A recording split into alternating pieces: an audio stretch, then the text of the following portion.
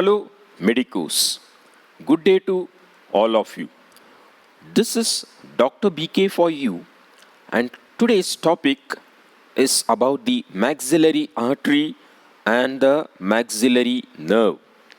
Now, for the past 2 to 3 classes, we have been discussing about the infratemporal fossa and the contents of the infratemporal fossa.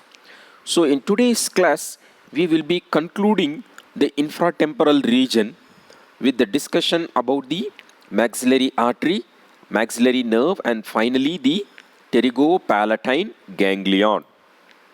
Now, our learning objectives for today. First, we will be discussing about the maxillary artery. So, the maxillary artery, we will be discussing about its origin, course, parts, and its branches. Followed by that, we will be discussing about the maxillary nerve, again about its origin, course, branches, and distribution. Then, followed by that, with respect to the Pterygopalatine Ganglion, we will be discussing its situation, the roots, and then the communications and the distribution with respect to the Pterygopalatine Ganglion. Okay. Now first, to start with the maxillary artery, it is one of the terminal branches of the external carotid artery. So this is actually the external carotid artery which you are able to see here, and the external carotid artery enters within the substance of the parotid gland, and within the parotid gland it actually divides into two terminal branches. One is the superficial temporal artery and other one is the maxillary artery. Okay, so one is the superficial temporal artery and other one is the maxillary artery. So this is the larger terminal branch of the external carotid artery, and it is given at the level of neck of mandible. This maxillary artery is also called as the internal maxillary artery. Okay, so now this maxillary artery is actually divided into three parts by the lateral pterygoid muscle. It is actually considered as the key muscle of the infratemporal region. Okay, so considered as the key muscle of the infratemporal region, which divides the lateral pterygoid maxillary artery into three parts. So here you are able to see the two heads of the lateral pterygoid muscle, the upper head and the lower head, and getting inserted into the fovea or neck of the mandible and the capsule of the temporomandibular joint. The first part is actually from its origin, maxillary artery commencement to the lower border of the lateral pterygoid muscle, lower border of the lateral pterygoid muscle. The second part actually crosses the muscle. So it might be superficial to the muscle or it might be deep to the muscle. And then it passes between the two heads or disappears between the two heads. So the second part can be considered as that which is related to the lateral pterygoid muscle, either superficial or deep. The third part passes between the two heads, and then through the pterygomaxillary fissure, it enters the pterygopalatine fossa.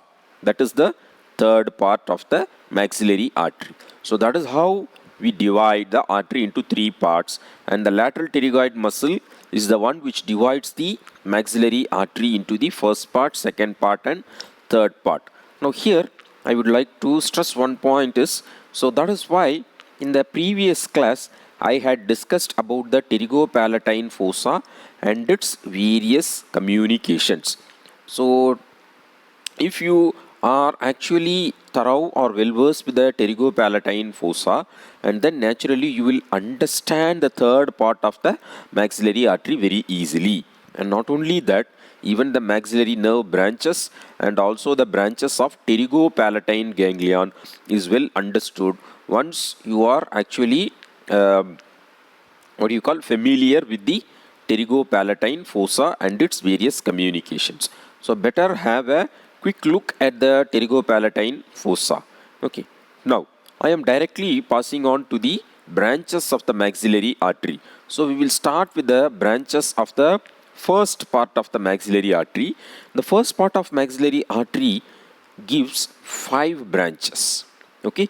Now it is seen between the neck of the mandible. So here you are able to see the medial side of the neck, you are able to see here, and it crosses the neck of the mandible. So it is present between the neck of the mandible, and actually here one more structure should be here which is cut, that is the sphenomandibular ligament.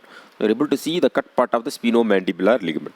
So it is present between the sphenomandibular ligament medially and the neck of the mandible laterally.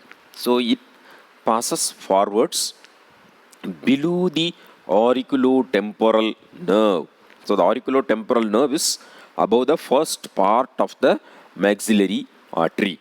Then from the commencement to the lower border of the pterygoid muscle, the lateral pterygoid muscle, you are able to see here. So this part shows mainly the first part of the maxillary artery.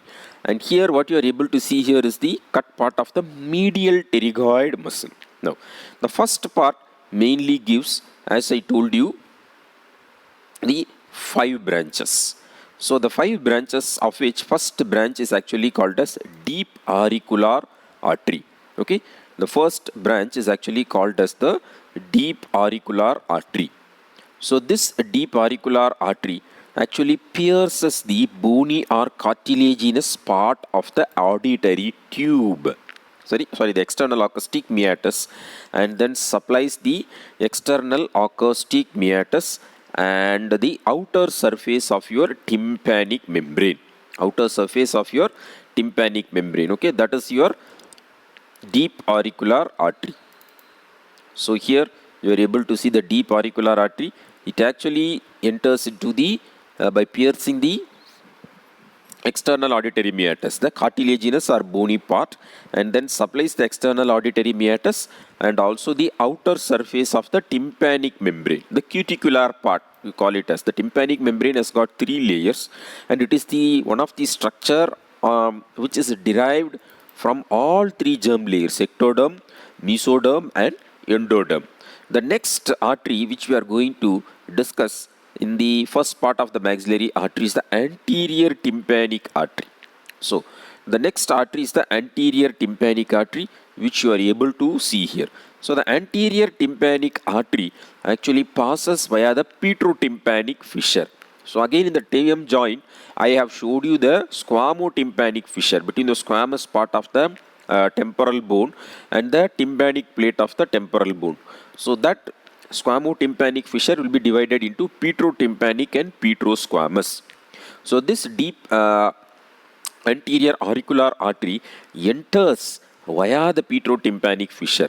One structure coming out from the petrotympanic fissure is the anterior ligament of malleus goes inside, and the cauda tympani nerve comes out.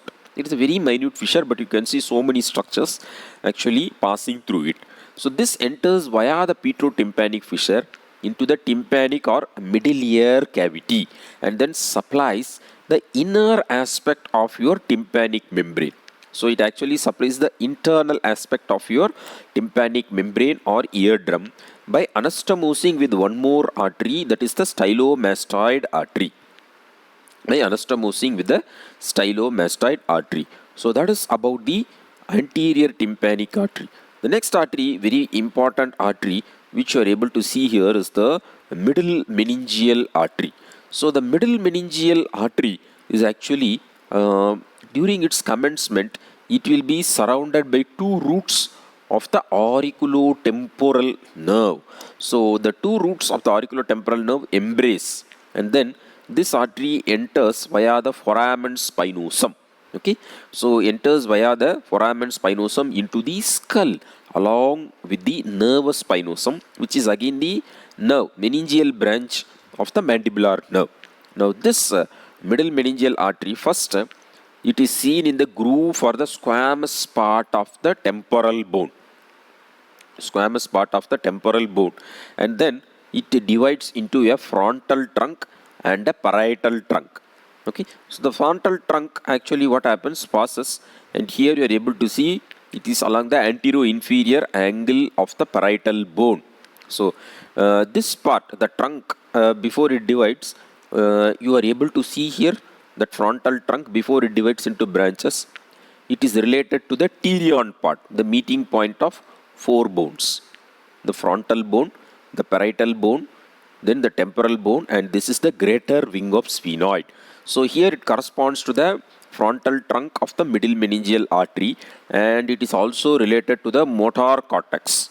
Then afterwards what happens, it divides and ramifies, supplies the dura mater up to the vertex of the skull. Then you are able to see the parietal branch. So the parietal branch also will be corresponding to the lateral sulcus, posterior ramus of the lateral sulcus. Then actually divides into many branches to supply the dura mater and the skull up to the lambda of the skull. The lambdoid suture, that is actually the lambda of the skull. So apart from this, the middle meningeal artery also gives a ganglionic branch to the trigeminal ganglion. Okay, then it gives a petrosal branch which passes through the canal for greater petrosal nerve. Then it will also give a temporal branch which will pierce via the greater wing of sphenoid and anastomose with the deep temporal arteries outside the skull in the temporal fossa. Deep temporal arteries. Okay, so that is a temporal branch, and it also gives superior tympanic branch. Superior tympanic branch which will also enter into the tympanic cavity through the canal for tensor tympani, through which it will enter into the tympanic cavity, and it also gives a recurrent meningeal branch, okay, which will anastomose with the lacrimal artery. So one more branch, this will pass through the superior orbital fissure, lateral part of superior orbital fissure, and anastomose with the recurrent meningeal branch of the lacrimal artery. So that is about the middle meningeal artery in detail, because the middle meningeal artery alone can be asked as a separate short note because of its importance. So the artery supplies the dura mater and lies close to the bone.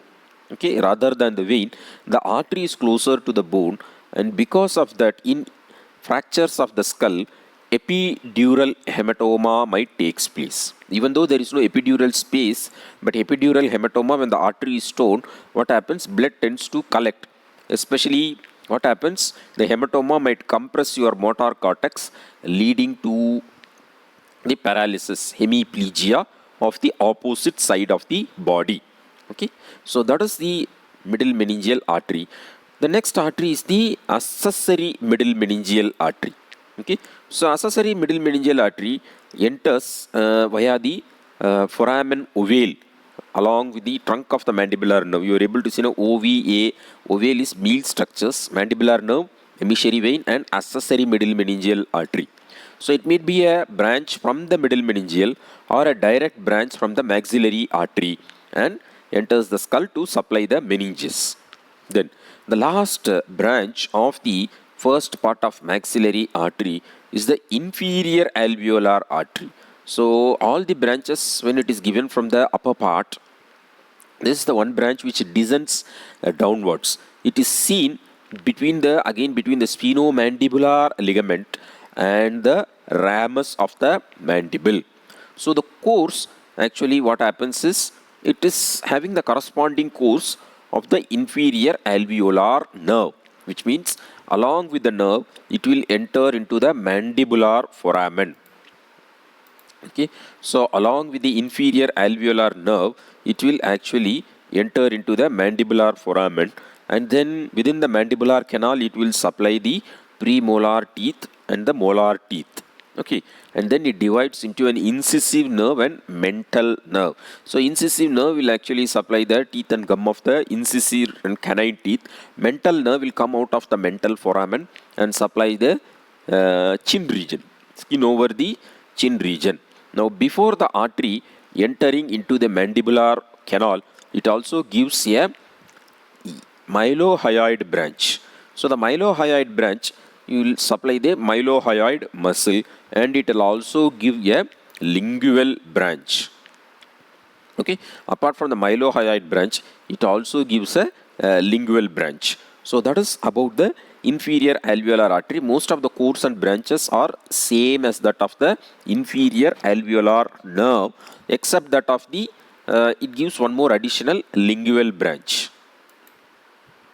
Okay, next coming to the second part of the maxillary artery. So the second part of maxillary artery is very easy because all the branches are muscular branches. They are supplying the muscles of mastication.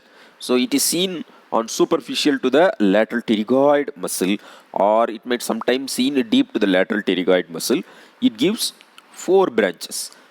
Mainly the first branch is the deep temporal arteries. They are actually two in number. They are seen along with the deep temporal nerves. It is seen between deep to the muscle and the temporal fossa. They supply the temporalis muscle.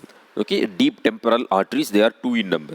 The next artery, what you are able to see here, is the masseteric artery, which also emerges through the mandibular notch and then supply the masseter muscle from the deep surface. That is the masseteric artery which you are able to see here. One is the deep temporal artery.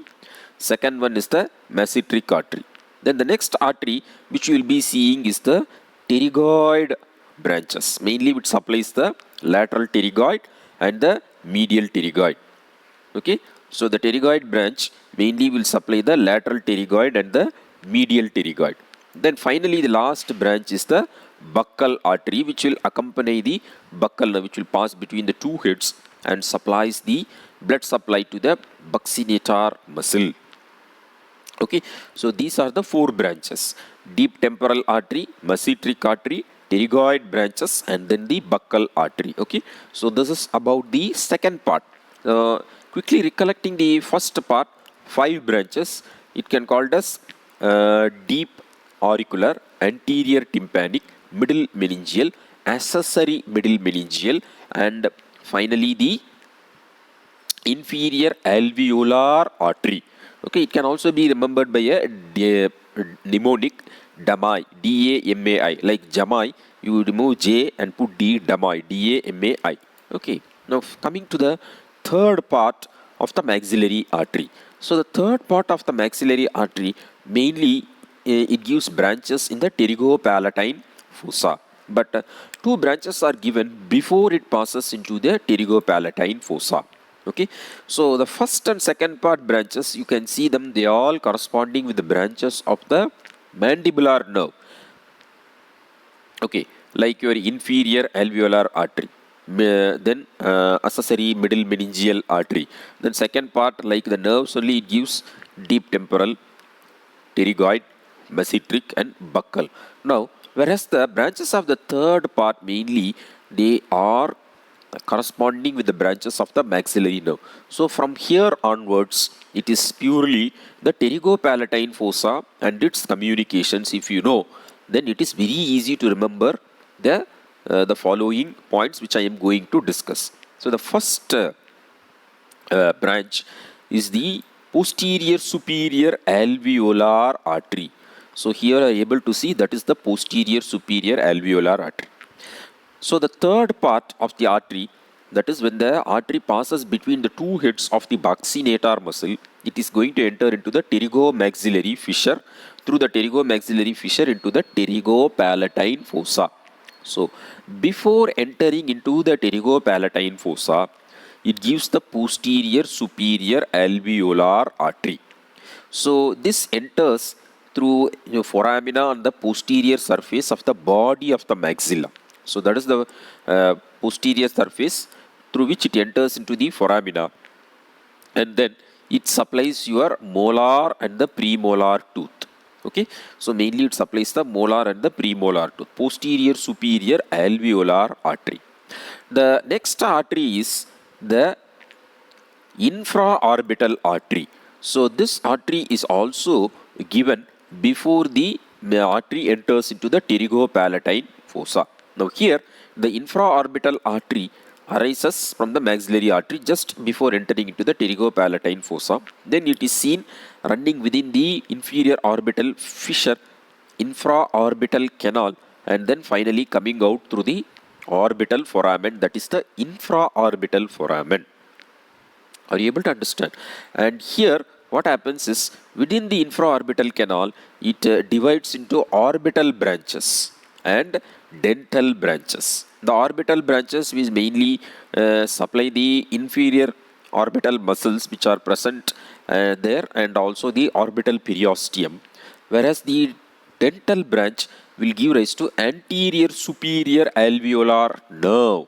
So the anterior superior alveolar nerve dental branches will mainly supply your incisive and the canine teeth, blood supply to the incisive and the canine teeth. Okay, so they are mainly your anterior superior alveolar branches, these branches. This is the posterior superior, this is your infraorbital, which is dividing within the canal into the dental branches, that is the anterior superior alveolar nerves and orbital branches. And finally what happens, the infraorbital artery comes out of the infraorbital foramen and then supplies some structures which I will come to it after a couple of slides. So that is about the posterior superior alveolar artery and the infraorbital artery. So the next we are actually going to enter into the pterygopalatine fossa. So here that is the pterygomaxillary fissure between the maxilla and the lateral pterygoid plate.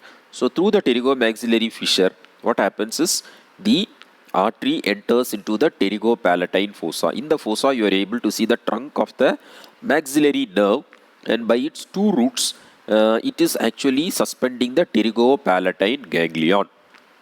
So the artery is actually present in front of the ganglion. So prior to its entrance it is giving mainly the posterior superior alveolar artery which we have seen, and this is the posterior superior alveolar artery, and it is giving the infraorbital artery. Now let us try to understand the other branches. Greater palatine artery. So this artery descends downwards. You are able to see through the greater palatine canal. Okay. Then afterwards, after it's descending through the greater palatine canal, in the greater palatine canal itself, it gives a lesser palatine branch. Within the greater palatine canal, it gives a lesser palatine branch. The lesser palatine branch will mainly supply your soft palate and the palatine tonsil. Okay. So apart from that, then what happens? It runs on the roof of the mouth close to the alveolar border. It runs on the roof of the mouth close to the alveolar border after it emerges from the greater palatine canal, alveolar border, and ramifies to supply the hard palate. Okay, close to the alveolar border it is present. So naturally it is going to supply the adjoining gum and the alveolar process. So it ramifies through its branches and supplies the hard palate. One of the branch will actually enter through the incisive foramen and to anastomose with the sphenopalatine artery. It will enter through the incisive foramen and actually anastomose with the sphenopalatine artery. So that is about the greater palatine artery. Within the canal it also gives the lesser palatine artery which supplies your soft palate and the auditory tube. So the next artery which we are going to discuss is about the pharyngeal artery. So you are able to see, so it's very small branch that will actually enter through the pharyngeal artery will enter through the palatino-vaginal canal. So one of the communications through which the pterygopalatine fossa communicates with the pharynx. No? So through the palato-vaginal canal, the pharyngeal artery enters and mainly it supplies your mucous membrane of the nasopharynx, auditory tube, and the sphenoidal sinus. Okay, sphenoidal sinus. The next artery which we are actually going to discuss is about the artery of the pterygoid canal. So this artery of the pterygoid canal runs backwards posteriorly within the pterygoid canal. Okay, posteriorly through the pterygoid canal, and then what happens is it will supply the auditory tube and the tympanic cavity. That is the artery of the pterygoid canal. So mainly we have discussed about the branches. Mainly what are the branches we have seen so far? The first branch what we saw is the posterior superior alveolar artery. The next branch what we saw is the infraorbital artery. Then the greater palatine artery, pharyngeal artery, artery of pterygoid canal. Now, the next main branch is the sphenopalatine artery, which you are able to see here. So, the sphenopalatine artery is considered as the largest branch and also the terminal branch of the maxillary artery. Okay, terminal branch of the maxillary artery, which you are able to see here. It enters via the sphenopalatine foramen, which is seen on the medial wall of the pterygopalatine fossa, through which it enters into the nasal cavity. Okay, so through which actually it enters into the nasal cavity. So that is your sphenopalatine artery. So now it is through the sphenopalatine foramen, it is entering into the nasal cavity and immediately divides into posterior lateral nasal branches and also posterior medial septal branches. Posterior lateral nasal branch and medial septal branch. So here mainly you are seeing the nasal septum only.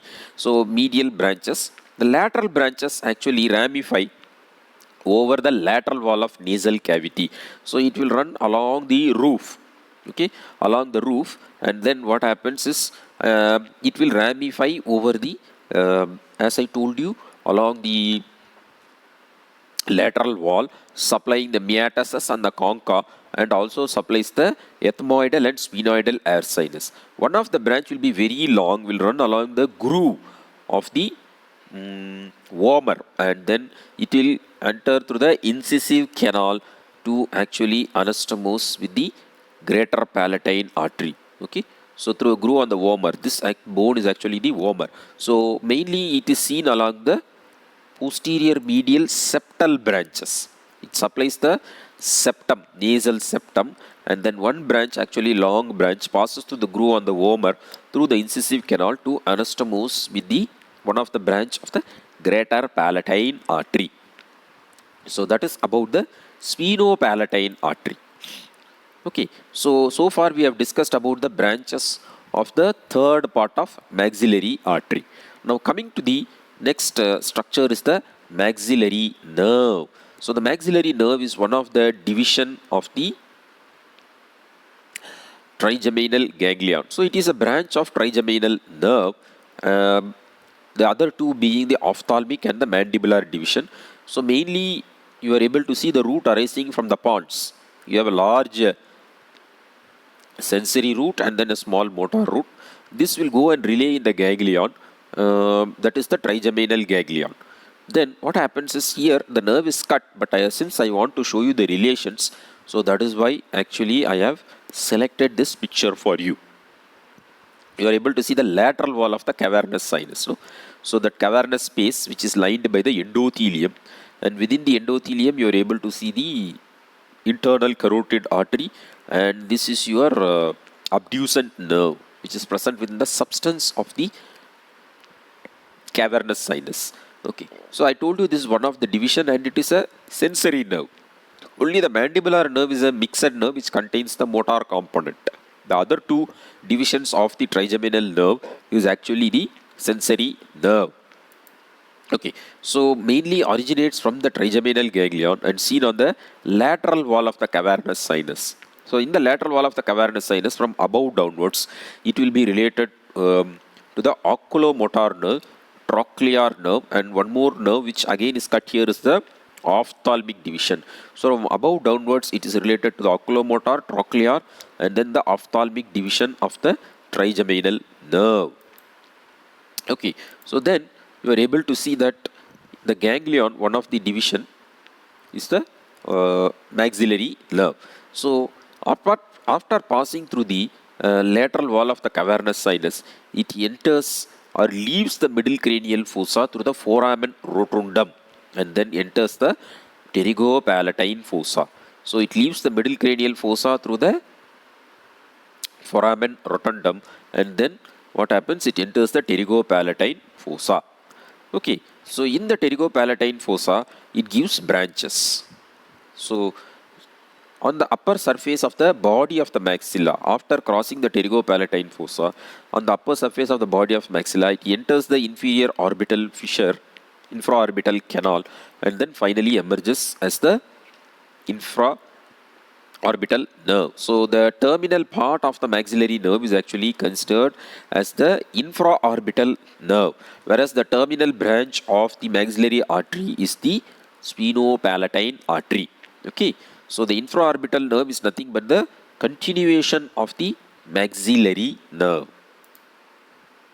So now we will try to actually discuss the branches of the maxillary nerve. So mainly, what are the branches given?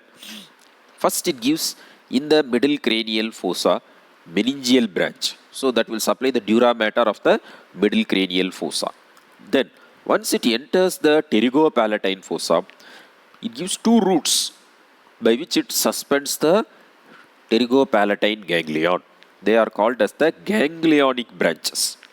These two roots are actually called as the ganglionic branches, which helps to suspend or hold the pterygopalatine ganglion.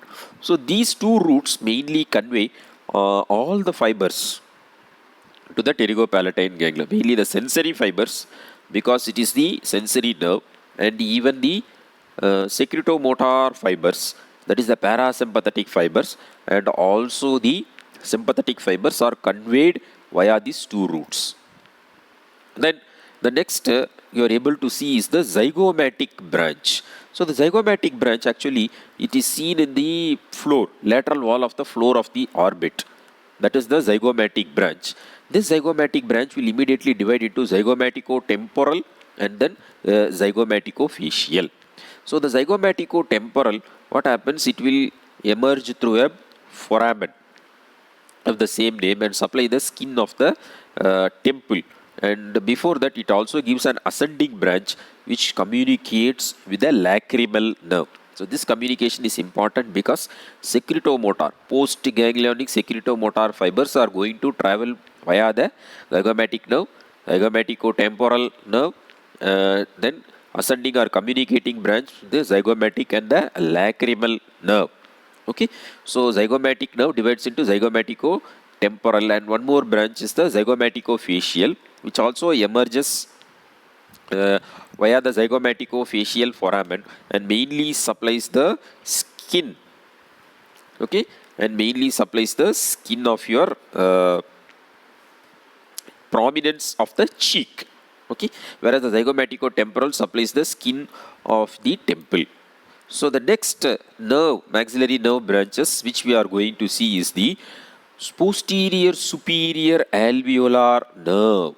So that is actually the posterior superior alveolar nerve, also called as the posterior dental nerve. Again, it enters the same way as the posterior superior alveolar artery. From the posterior surface of the body of the maxilla, the posterior superior alveolar nerve enters.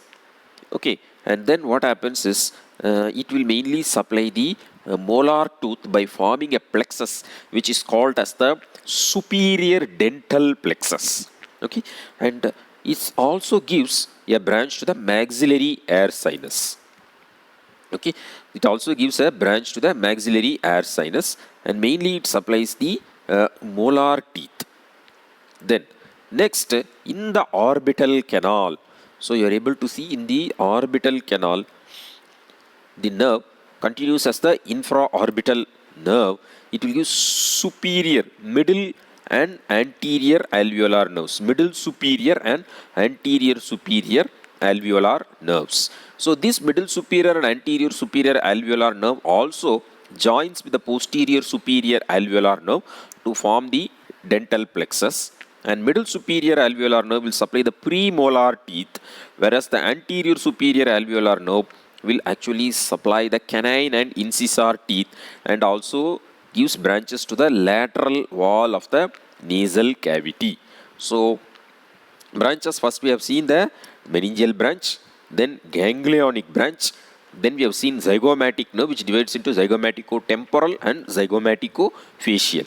Then these branches are mainly supplying your upper jaw and the teeth and the adjoining gum. So that is through posterior superior, middle superior and anterior superior alveolar nerves. Okay, then next we will actually pass on to the next branch, which is the in the face.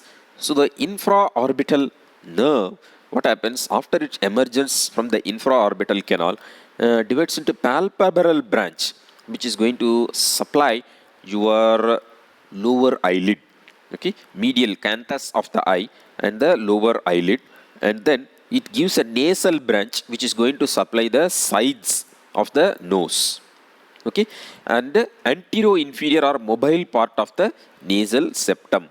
Then finally it is going to give a superior labial branch. Okay, so it will give a superior labial branch which will actually form the infraorbital plexus. It will form a infraorbital plexus and it will supply the upper lip structures. Okay, so that is about the finally the infraorbital nerve divides into palpebral branch. Palpebrae means eyelid, so to the lower eyelid.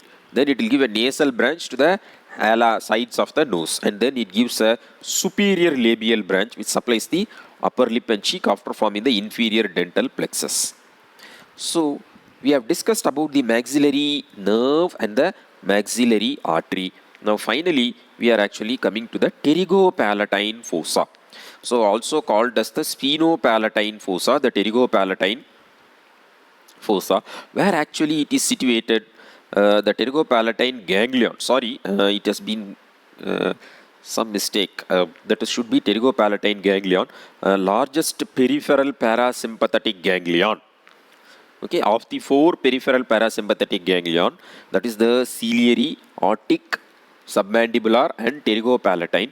This is actually the largest peripheral parasympathetic ganglion situated in the pterygopalatine fossa. It is mainly secretomotor to the lacrimal gland, mucus glands of the palate, pharynx and paranasal sinuses. So it is going to supply the mucous membrane lining all your paranasal sinuses. Then the mucous glands of the nasal cavity, palate, soft and the hard palate. There are also some glands, and then nasopharynx. Okay, so up to the nasopharynx it supplies a very large area. It has got a secretomotor activity. So as I told you, the situation is mainly in the pterygopalatine fossa and lateral to the sphenopalatine foramen. The most medial foramen is the sphenopalatine foramen, through which the sphenopalatine nerve will enter into the nasal cavity. So structurally it is related to the trunk of the maxillary nerve, but the fibers, the secretomotor fibers, are mainly from the greater petrosal branch of the facial nerve. Okay, so structurally it is by the maxillary nerve, but functionally it is by the greater petrosal branch of the facial nerve. So let us try to actually understand the parasympathetic route. So the parasympathetic route mainly starts from the lacrimatory nucleus. Okay, so which is situated in the pons, the lacrimatory nucleus. From the lacrimatory nucleus, the fibers, preganglionic fibers, they will pass through the facial nerve and then towards the ganglion in the facial nerve, which is called as the geniculate ganglion. Okay, so through the geniculate ganglion. So before that, it will also pass through the nervus intermedius, which is considered as the sensory division of the facial nerve, or sometimes some authors refer to it as the 13th cranial nerve. So from the lacrimatory nucleus, it passes through the sensory branch of facial nerve to the geniculate ganglion, which you will be able to see in the middle ear. Okay, so it forms the posterior wall and the medial wall of the middle ear. You can see that the geniculate ganglion, the facial canal, forms a bend or genu. In that you have a ganglion called as the geniculate ganglion. From that, the greater petrosal nerve arises. Then it passes via as the greater petrosal nerve and then enters the pterygoid canal. So the pterygoid canal, you will be able to see the pterygoid canal. Then the pterygoid canal, which is seen on the roof of the petrous part of the temporal bone there continues as the nerve of the pterygoid canal. So you are able to see the pterygoid canal. One end of the pterygoid canal opens into the pterygopalatine fossa, anterior end. Posterior end you are able to see this is your foramen lacerum. Okay, the foramen lacerum anterior end receives the posterior opening of the pterygoid canal, and one end of the foramen lacerum receives the opening of the carotid canal. Okay, so greater petrosal nerve from the geniculate ganglion enters the pterygoid canal as the nerve of pterygoid canal.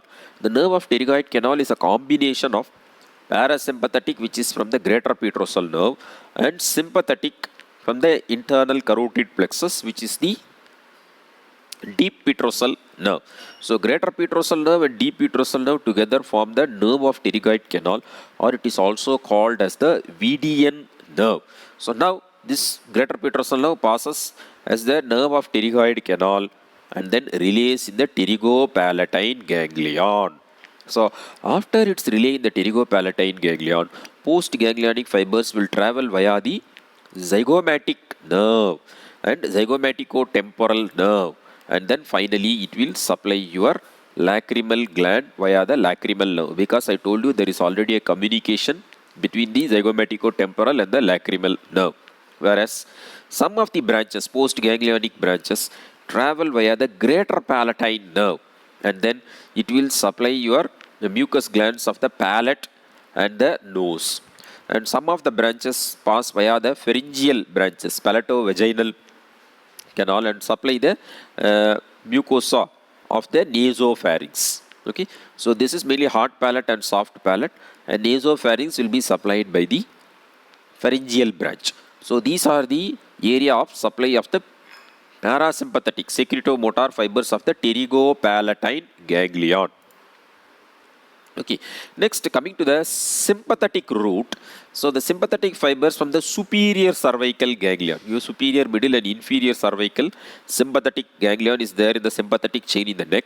So preganglionic fibers arise from the superior cervical ganglion, and they pass via the plexus around the internal carotid artery. So they surround as plexus around the internal carotid artery, and then what happens is from the internal carotid plexus it separates out to enter the pterygoid canal as the deep petrosal nerve.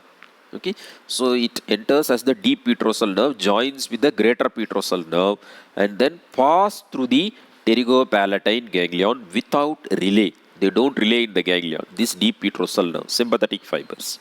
Okay, without relay, what happens is they actually pass to the various branches of the maxillary nerve, and then they are secretomotor, vasomotor, not secretomotor, they are actually vasomotor to the nose, palate and the pharynx via the various branches. Mainly it might also travel via the plexus surrounding the branches of the third part of the maxillary artery. So that is about the sympathetic route.